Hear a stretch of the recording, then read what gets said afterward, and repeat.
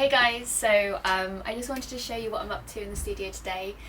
We have a bit of a makeshift temporary studio at the moment, so we're waiting to set up the blank earth studio properly, but for the moment we're in the parents' garage. So it's a little bit messy and chaotic, but because we're kind of starting the studio, I wanted to show you the testers we're making for glazes. So because we haven't formulated our glazes before, we wanted to make loads of testers to test out recipes. So I've been throwing a load on the hump here so that we know how the glazes perform on like wheel thrown testers, and today I'm making Kurinuki testers because I want to see how the glazes look on texture and stuff. So that's what I'll show you today, the more hand-built Kurinuki style. So I first start with wedging a load of clay. This is just, we work mainly with stoneware clay. This one is speckled, a speckled buff stoneware. So it will fire to like a biscuity kind of colour with some nice iron speckles running through it. So this one's quite nice because it's a bit light. My other clays I work with are black and red, so I quite like to have the range of base clays. And obviously that will affect the colour of the glaze that you use. So just wedge your clay out. I'm just using the spiral wedging technique, but use whatever technique you're accustomed to. And then you just want to roll it up into a ball.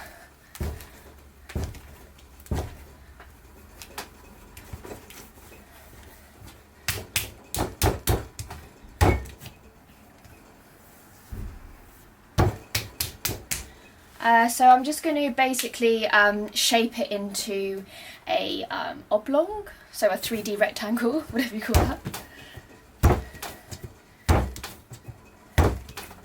So I like to just smack it on the table and use the weight of the clay to kind of stretch it out, and it will obviously naturally form a rectangle.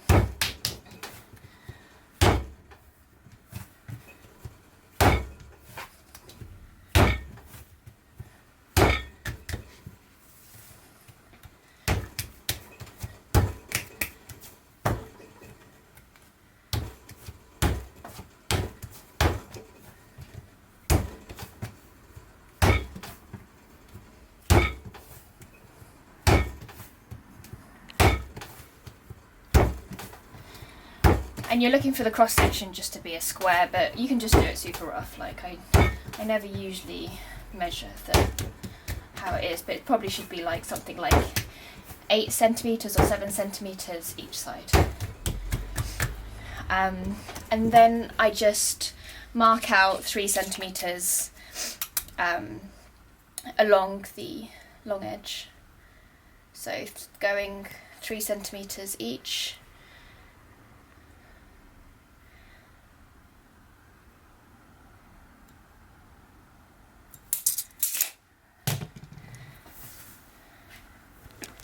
And I just use the wire just to cut up some slices along those markings.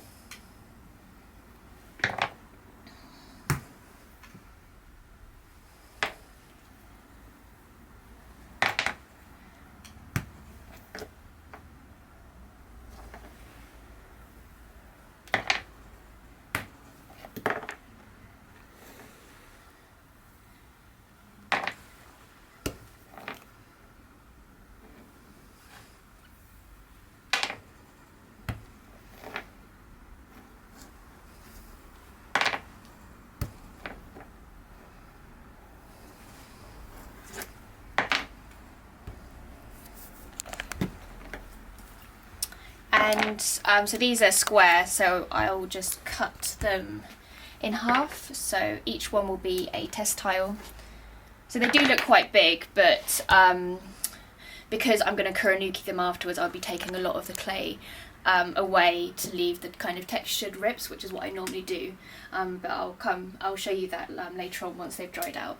So after you cut a rectangle, I just like to smack it on the bench just to kind of flatten out the base, and it also squishes it a bit to give more of a, so it sits up, so it doesn't like wobble over, it kind of sits well. and then just use the wire, and I just cut a L shape in the tile.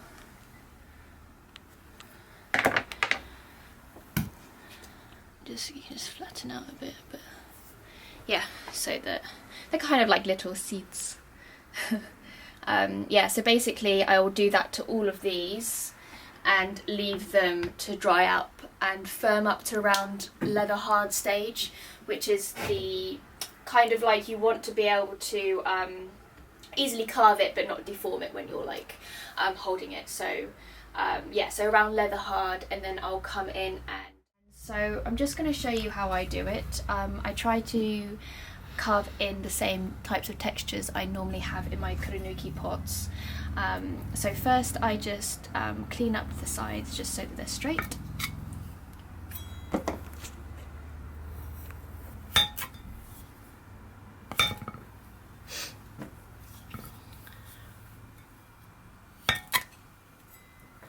And thin out the base.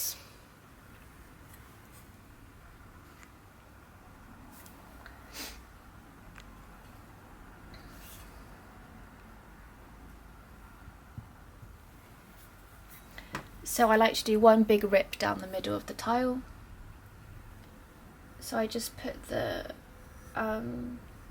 carving tool into the middle, so I've just gone halfway in and down to the base but not gone right through, and then I just tear that off.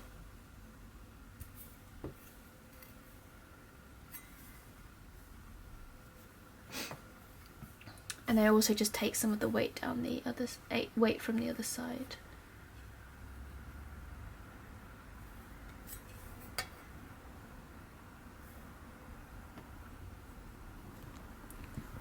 And I also like to do one horizontal rip down the back. Oh.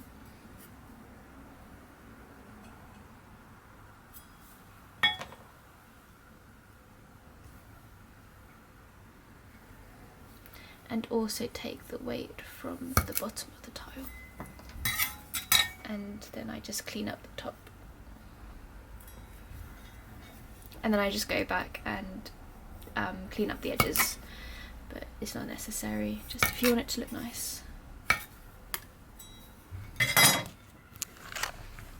There you have it.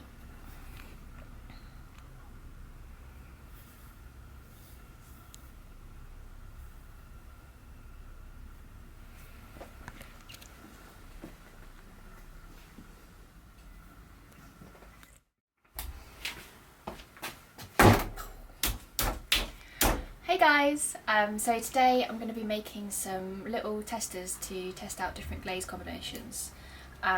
So it's good when you're doing these kind of testers. A lot of people do test tiles, which is what we'll be doing as well, but I also like to throw like just mini cups so that you know how the glaze like pools in the cup and also like runs down the side, how it would look on your form when you actually make a cup, for example. So the best way to do that is to throw off the hump.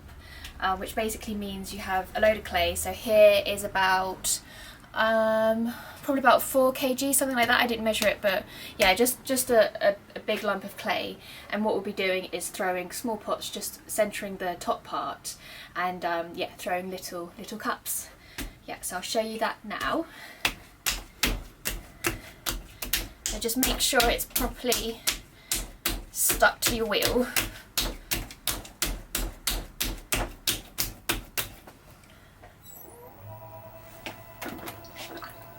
And what I like to do is just kind of roughly get it in the centre of the wheel. But it's not, you don't really need to like completely centre all of it. So what I like to do is just try to eyeball it at this top bit to always have this kind of top of the cone similar size. So what I do is just make sure that bit's centred, and then I just pinch off kind of it down, kind of make a mark and try to pinch off kind of a little knob that you're gonna throw your pot off, so that you kind of know that every time if it's kind of that shape, that size, pot will more or less be a similar shape and size.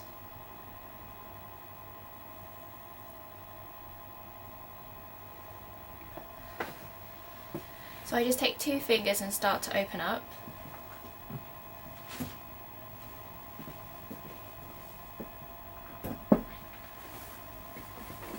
And you just want to push down no lower than where you've made your kind of mark at the bottom.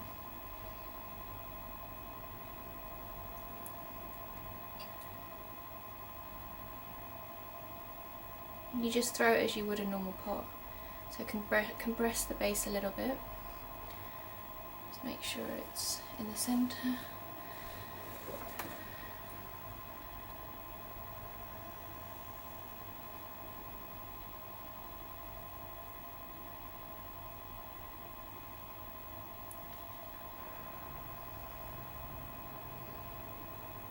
With these little tester pots, I mean, they're just for testing glazes, but it's still nice to make it kind of similar shape to probably what you normally throw to. So I'm going to make these look like kind of like tiny little Yonomis.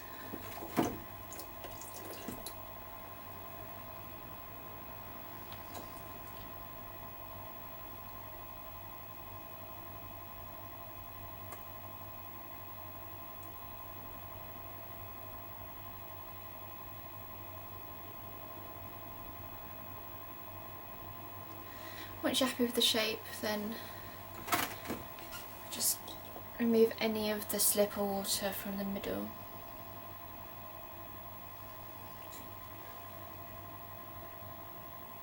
And then I find it good just to mark where you want to cut it off the wheel.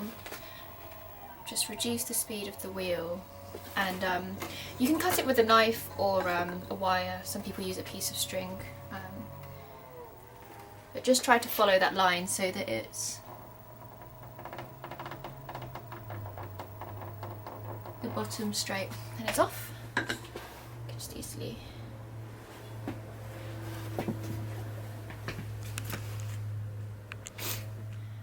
And so you just have like this kind of little cup that you can test your glazes on.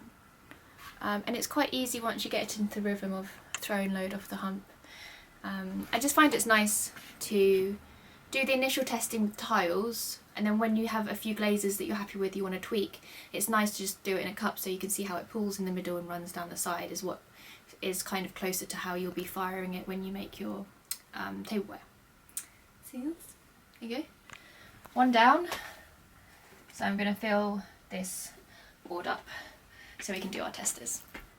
So this is a little pot I threw off the hump a few days ago, and it's firmed up to about leather hard, so I'm just going to clean up the base. So I'll show you how I do that. I just use one of these ribbon tools and just smooth the base out so it will sit flat on the table.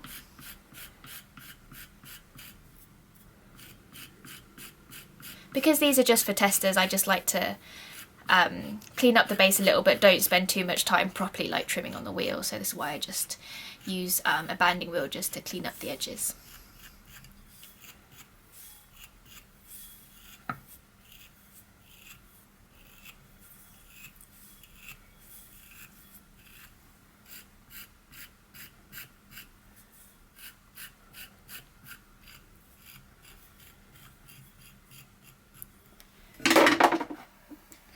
And then I just sponge it off just to smooth it out.